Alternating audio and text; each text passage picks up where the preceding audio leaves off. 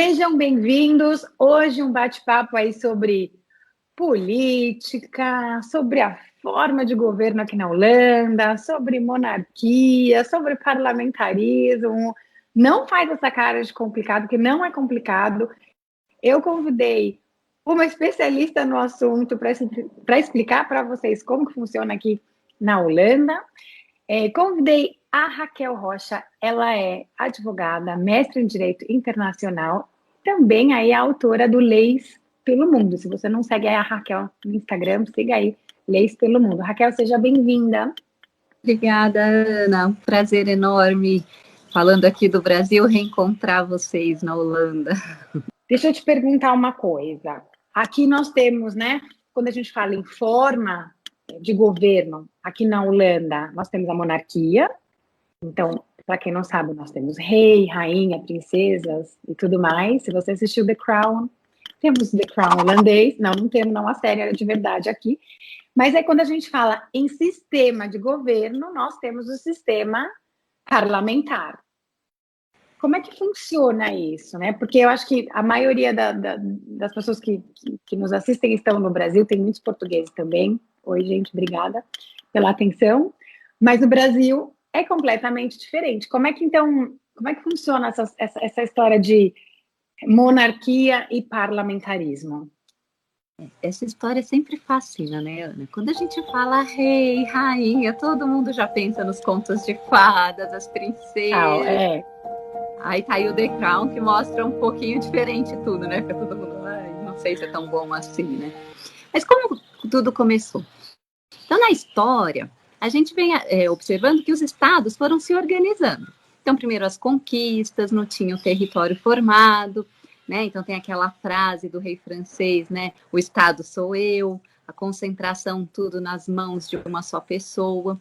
E isso foi evoluindo, foi sendo alterado. Então, os estados modernos, eles se formaram com 3 elementos super importantes. Então, um povo, você tinha que determinar quem era o povo daquele lugar, e aí chega o segundo elemento, que é o lugar, o território, que tem que estar delimitado certinho, um mapa formado, fronteiras, né? Não mais a confusão que antes a gente tinha. E o terceiro, o governo. 3 elementos, então, povo, território e governo. Esse é o Estado moderno. E aí, para organizar tudo isso, que é um complexo de normas, tudo muito sistemático, precisou organizar principalmente o governo. E aí organizou-se assim: vamos fazer uma forma de governo e um sistema de governo. A forma de governo pode ser uma república ou uma monarquia. E aí a gente pensa no Brasil, né? O Brasil já foi os dois, já foi monarquia, e depois, em 1889, né? A gente sempre lembra dessa data, lá, 15 de novembro, foi a proclamação da República do Brasil. Mas qual que é a diferença entre república e monarquia? Então, a monarquia tem uma pessoa centralizada. Então, um governante que detém o poder. Na república, o governo vem do povo, que elege os seus representantes direto ou indiretamente. Aí a gente conversa daqui a pouco sobre isso. Na monarquia... A gente vai chegar lá. A monarquia é centralizada e normalmente vem pelo parentesco, hereditariedade. Então, uma família, né? Orange-Nassau, né? É a família holandesa. Então, todos os descendentes, né? A família real atual descendem dessa família. Mas existe uma monarquia hoje, atualmente, que não é hereditária. E aí todo mundo fala, ai, quem será, né? O Vaticano, que é reconhecido como um estado diferenciado, porque é só uma cidadezinha, né? Lá no centro, um quarteirão, na verdade, de Roma, mas é uma monarquia. E quem é o chefe? O Papa. Só que não é hereditário, é eleito, né? Mas assim não é a monarquia holandesa. A monarquia holandesa é hereditária, como também foi a brasileira, da família originária de Portugal, tudo. Os países europeus que têm a tendência, que foram os colonizadores, permaneceram assim como monarquia. No mundo moderno, a gente pode observar dessa forma. Então, aqueles que se organizaram primeiro, né, a Europa inteira, quase, o Japão também, permaneceram assim, como monarquias. Os novos, né, as colônias, os que foram descolonizados ou que passaram a sua independência, como Estados Unidos, Brasil, viraram repúblicas. É verdade, porque a gente tem, né, a gente tem uma monarquia forte ainda, tem na Holanda, tem na Espanha, tem no Reino Unido, Qual na também é Europa, uma monarquia no que tá... Japão, verdade, a Noruega também, Noruega também, Noruega. Suécia, nossa, tem muito. Você acha legal, assim, uma coisa pessoal, você curte monarquia?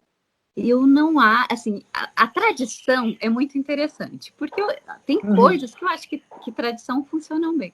Mas eu uhum, prefiro falar nas democracias modernas, de organizar é, todo o Estado.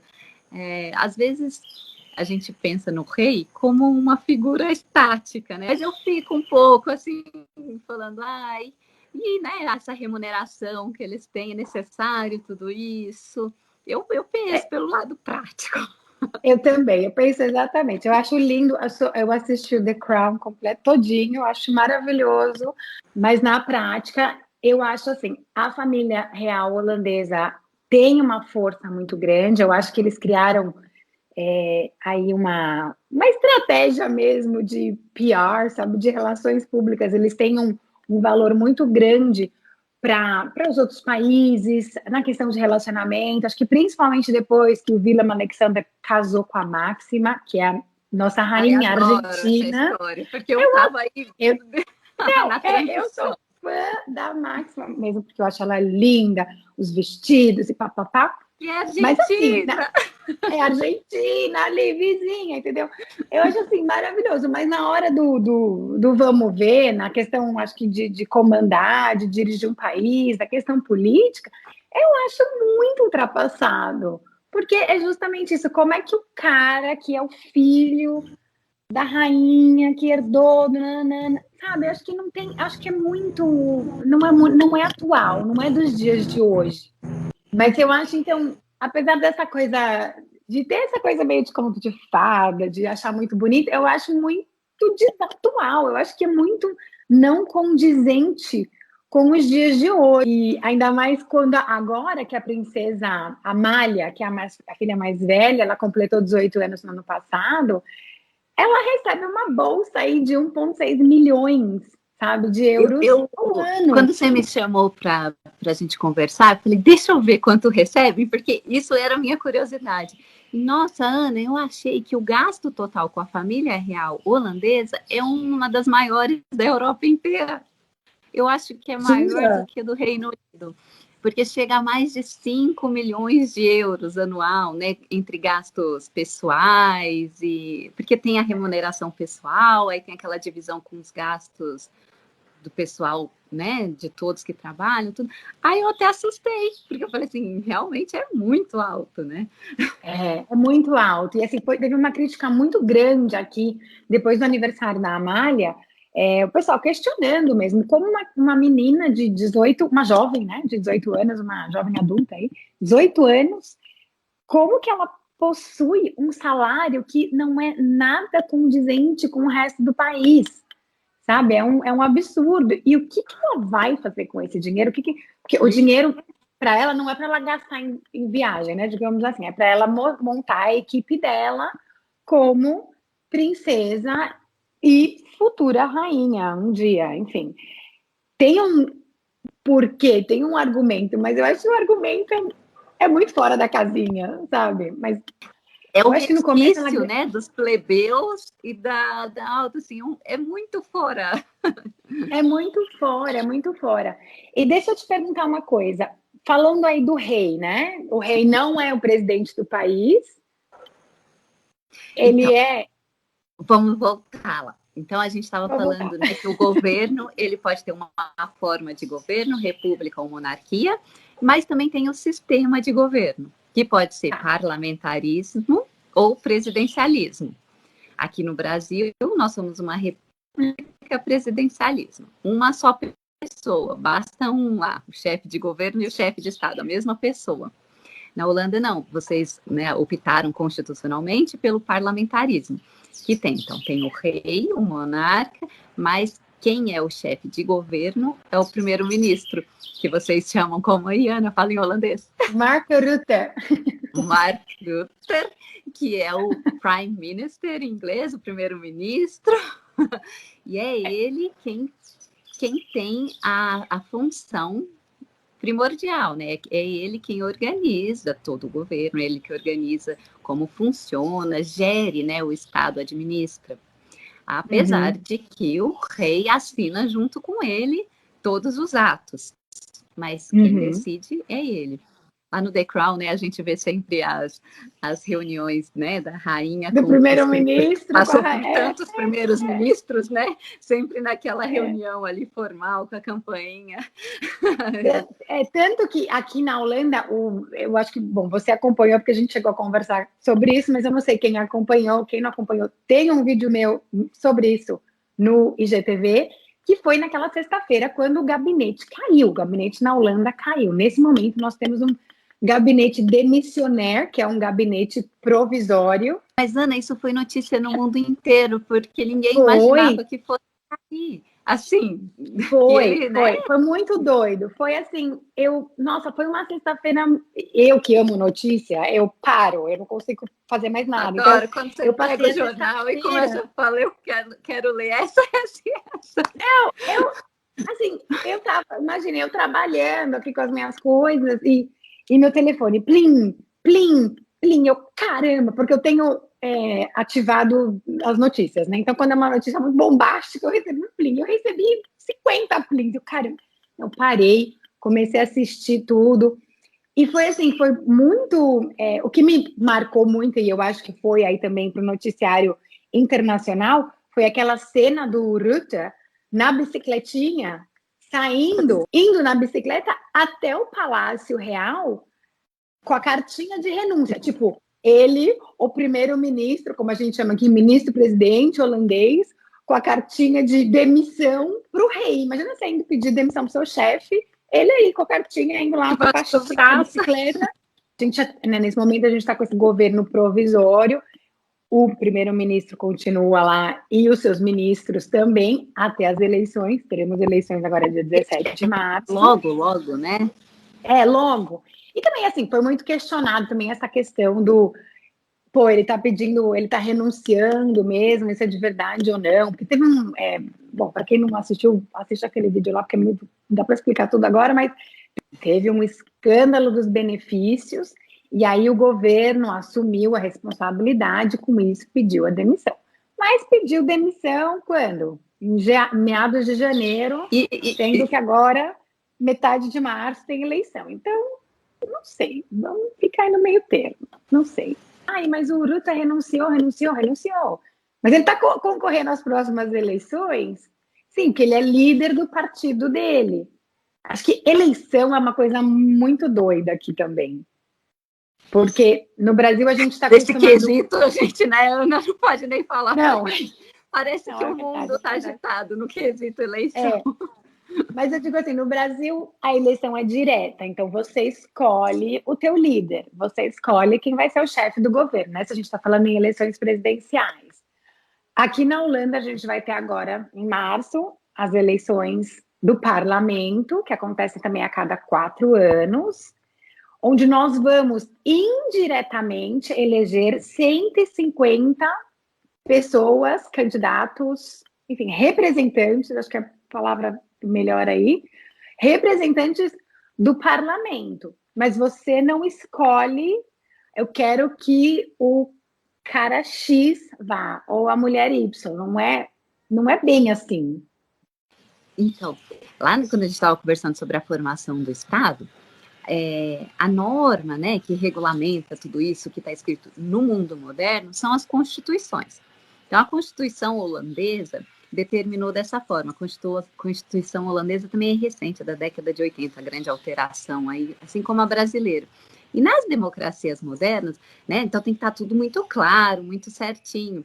Então, aí na Holanda, para essa parte do poder legislativo lá do parlamento, as eleições são indiretas.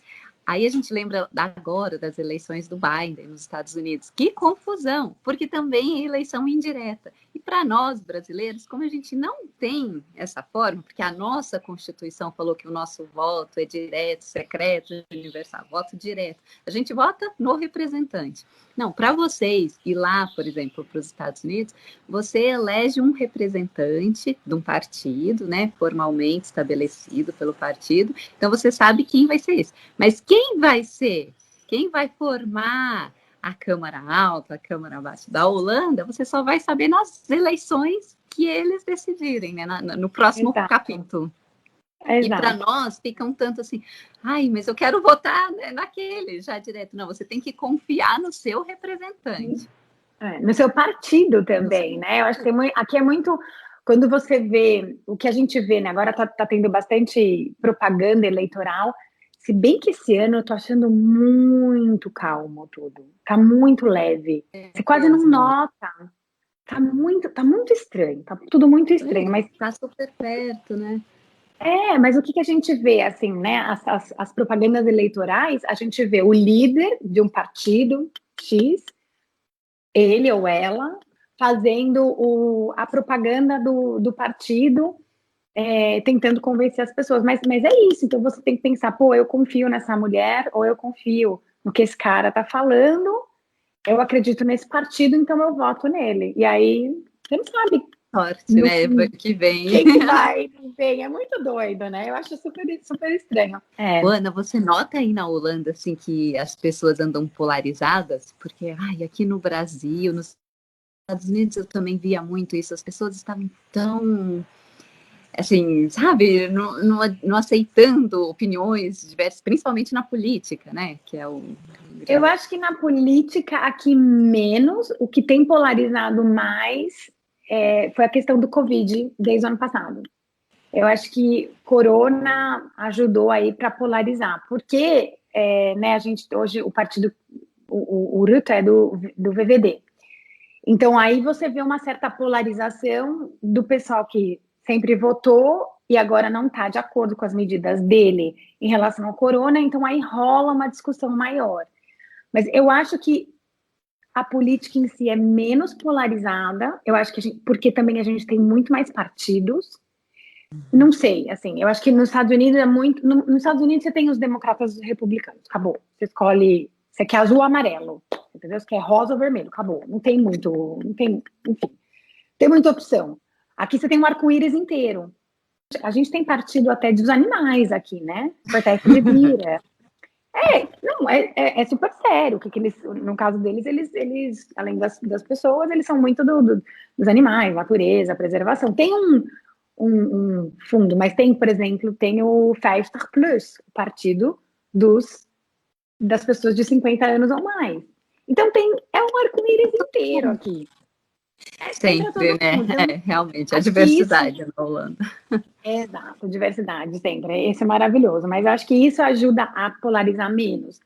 Onde eu tenho visto muita polarização é na questão do corona mesmo, do tipo, apoio as medidas, participo, ou, vocês são ridículos, isso não existe, a vacina é do mal, 5G também, que agora tem vários protestos do 5G, nananã.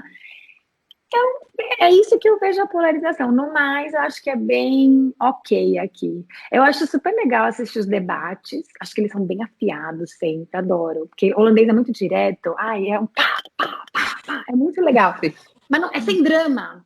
Você entendeu? Tipo... Ninguém sofre, né? Isso daí a gente ficou. Ninguém sofre. E não é aquela coisa pessoal, não é aquela coisa americanizada, do tipo aquele lamaçal, sabe? Não rola aqui. É bem interessante. É diferente, eu acho que é diferente. Quem consegue entender um pouco de holandês, eu acho que vale a pena e tentar acompanhar, porque é divertido. Eu acho política interessante. Então, não sou muito partidária, mas eu gosto de assistir assim de longe, sabe? Acho bem legal.